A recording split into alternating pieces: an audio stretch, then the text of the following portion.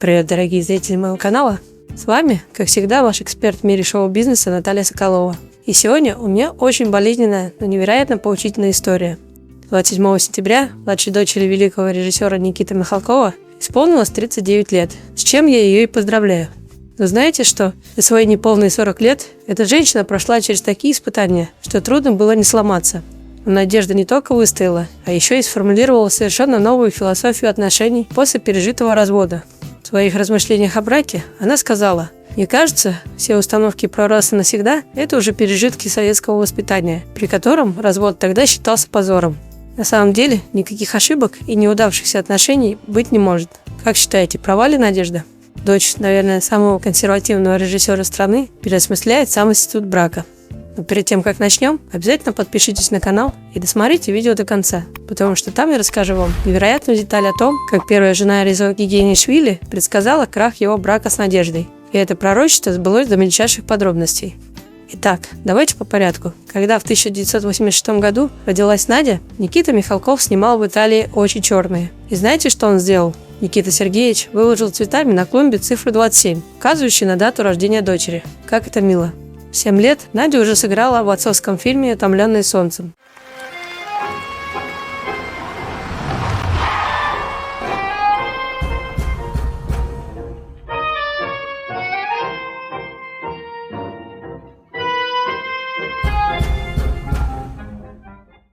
И даже поехала с папой на Оскар.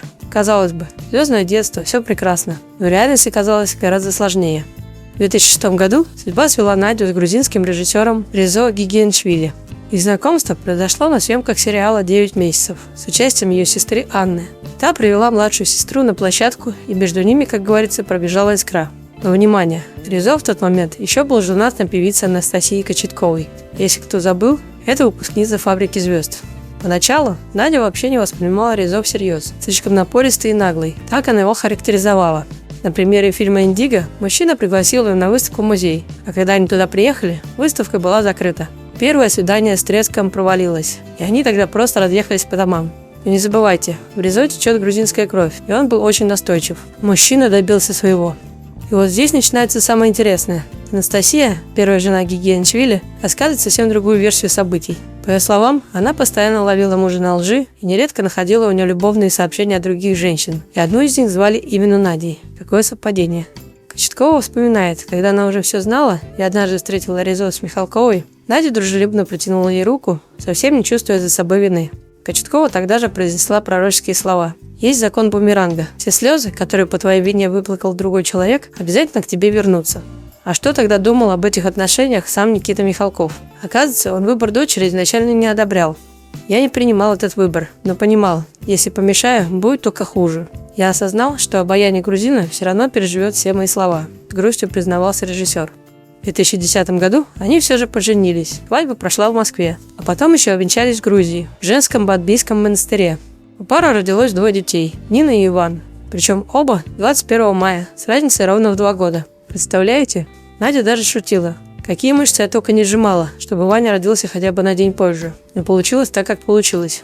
Материнство давалось ей невероятно тяжело. Послеродовая депрессия была такой сильной, что Надя признавалась, когда я гуляла с коляской у пруда, то неожиданно поймала себя на мысли: а что если туда отпустить? Ее ужасно раздражало, что у Резо постоянно были съемки, и его никогда не было рядом. Страшно даже представить, что творилось в душе молодой матери. А в 2016 году сбывается пророчество Кочетковой. Начали появляться слухи о проблемах в их браке. Резо перестал носить обручальное кольцо, а в сентябре 2017-го Надежда все же подала на развод. Причина оказалась банальной. Не зря же есть поговорка: «Предал раз, предаст еще раз». Так и случилось. Многие тогда винили светскую львицу Надежду Оболенц. За несколько месяцев до развода Резо не отходил от нее на кинотавре ни на минуту. И что вы думаете? В 2019 году он женился на этой самой Оболенцевой. Но внимание, и этот брак не продлился и года. Получается, Кочеткова была права? Бумеранг действительно вернулся. Резо успел развестись уже 3 а ведь Кочеткова говорила о его дурной привычке жениться. Но знаете, мудрость Надежды поражает.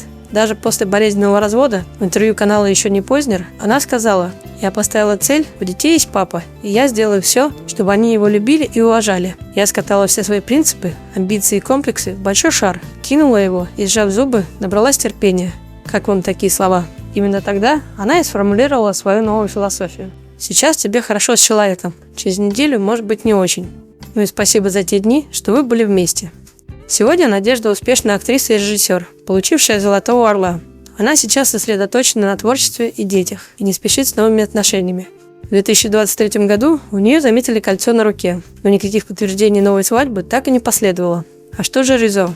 Он продолжает сниматься, помогает воспитывать их совместных с Надей детей, но личная жизнь у него, вы поняли. А вы как думаете, существует ли закон бумеранга в отношениях? Пишите в комментариях свои похожие истории. Ставьте лайки и подписывайтесь на канал. До скорых встреч!